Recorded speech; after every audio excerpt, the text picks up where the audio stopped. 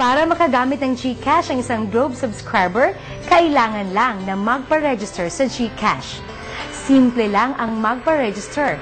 Sundan lang ang sumusunod na hakbang. I-download ang GCash menu. Isang beses lang itong gagawin.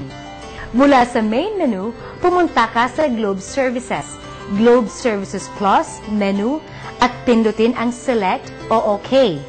Sa loob ng Globe Services, puntahan ang My Favorites at pindutin ang Select o OK.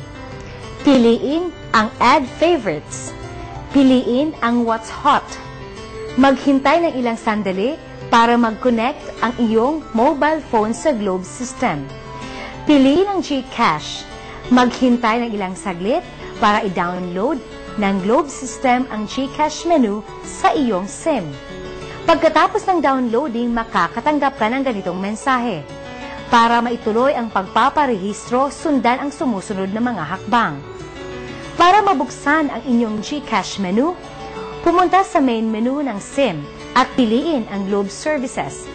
Pindutin ang Select o OK. Piliin ang My Favorites o pindutin ang Select o OK. Piliin ang GCash, tapos pindutin ang Select o OK.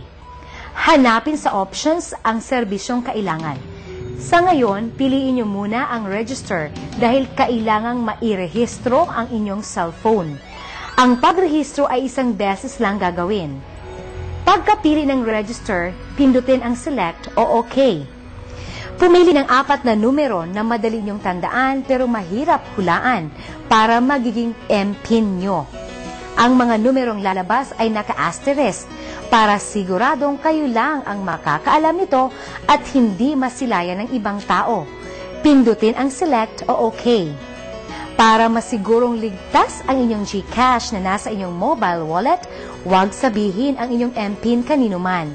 Pero pwede niyong isulat sa papel at itago ito sa isang ligtas na lugar na hindi makita o makuha ng iba.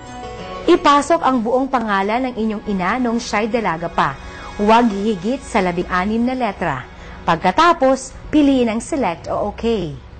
Ipasok ang inyong first name na hindi higit sa 20 letra.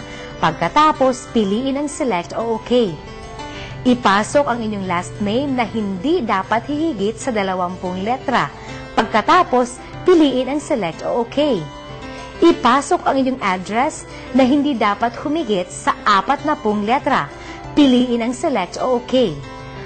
Para sa telephone number, imbes na ipasok ang inyong landline, alamin ang bank code ng inyong bangko at ipasok ito sa halip na telephone number. Ang paggamit ng bank code ay makakatulong sa inyong rural bank na makilala ang inyong account. Piliin ang Select o OK. Ikaw ay makakatanggap ng text na magkukumpirma na kayo ay nakapagrehistro na sa GCash.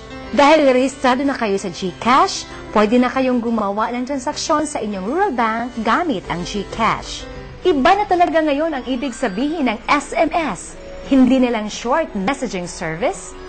Ang SMS ngayon ay nangangahulugan ng send money, make money, and save money.